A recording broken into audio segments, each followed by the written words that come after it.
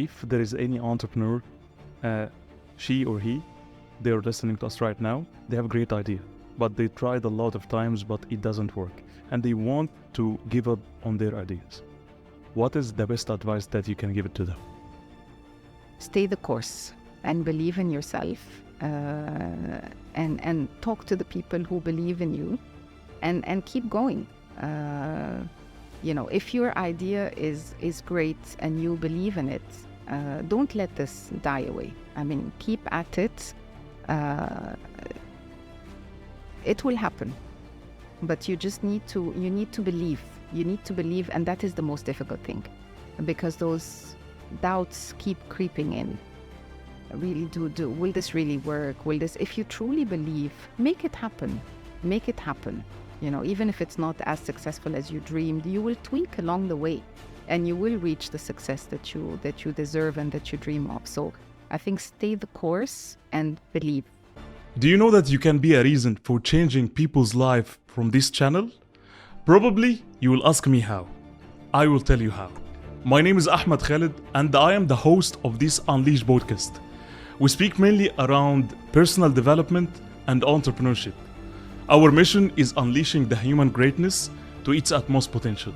And this is by interviewing CEOs, entrepreneurs, and coaches physically in Dubai to extract their wisdom and change your life. Now, can I ask you to do me 2 favors?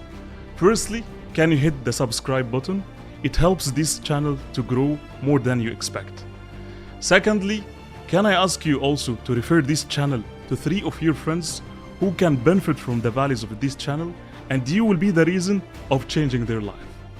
Now, you can enjoy the episode. Dr. Nihal, what were the major struggles that you faced once you jumped out from corporate?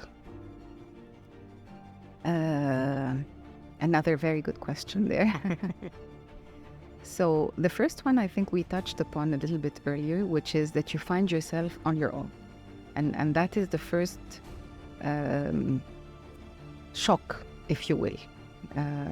You have to write, until you recruit a team and you find your legs, you're writing your own invoices, you're writing your own proposals, you're making the calls to the clients, you're doing pretty much everything. So that is a struggle at the beginning, especially coming from, it depends on the situation, of course. But in my case, I had a big team supporting me. I had a very capable team supporting me. And so taking that away, you need to calibrate for that when you move on. The other thing, and I will never forget, a very good friend of mine told me this when she made the plunge 15 years ago, is you don't realize how used to your salary you become. The security of that salary at the end of every month.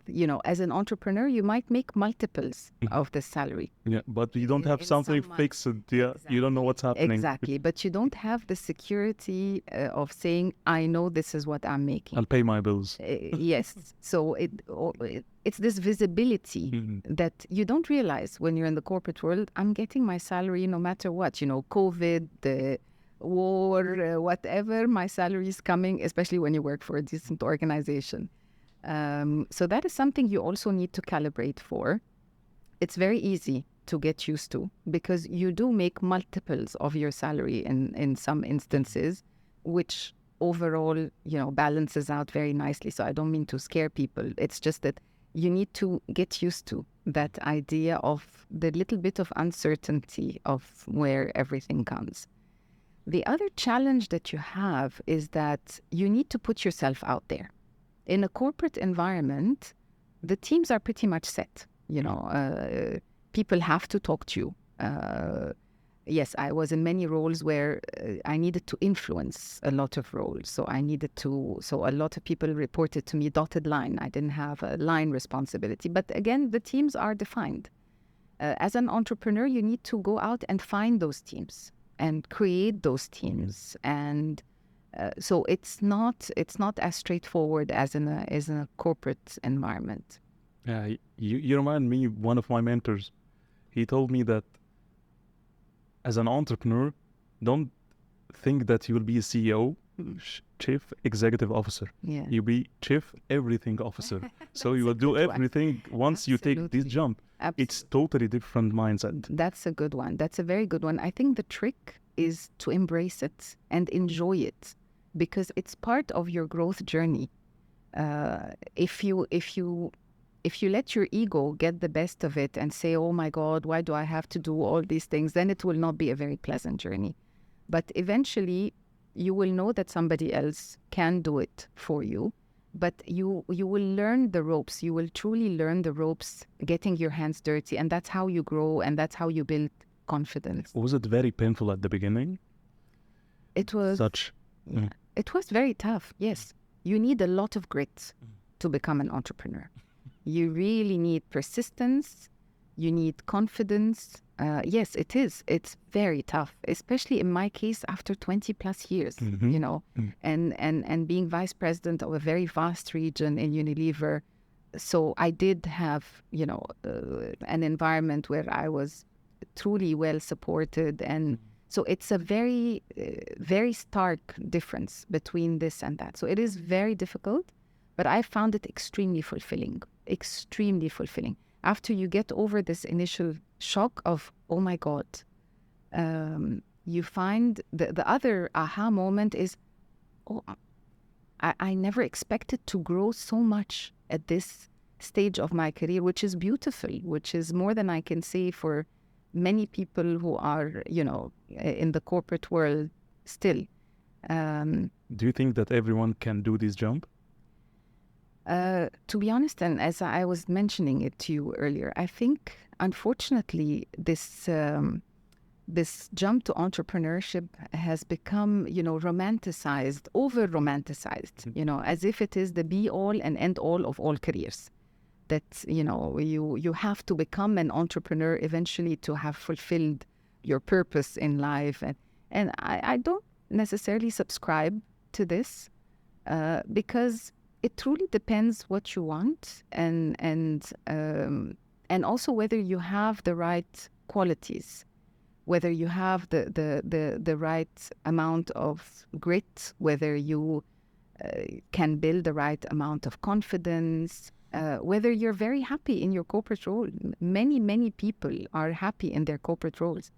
But I see them always looking out and say, oh my God, but I'm not but if you're happy and fulfilled, you need a reason to become an entrepreneur, you know, and perhaps your purpose is to stay within your corporate role. So I would really caution people to question themselves. Why do I want to do this? And do I have what it takes in terms of staying the course and the persistence and, you know, the letting go of the ego a little bit to rebuild myself in a different environment. So yeah, most people can do it, but are they doing it for the right reason? That I think that is really the key.